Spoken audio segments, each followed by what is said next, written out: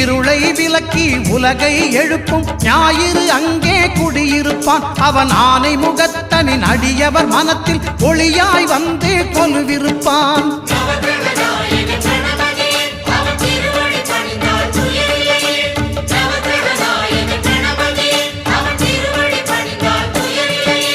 ஒன்பது கோளும் ஒன்றாய் காண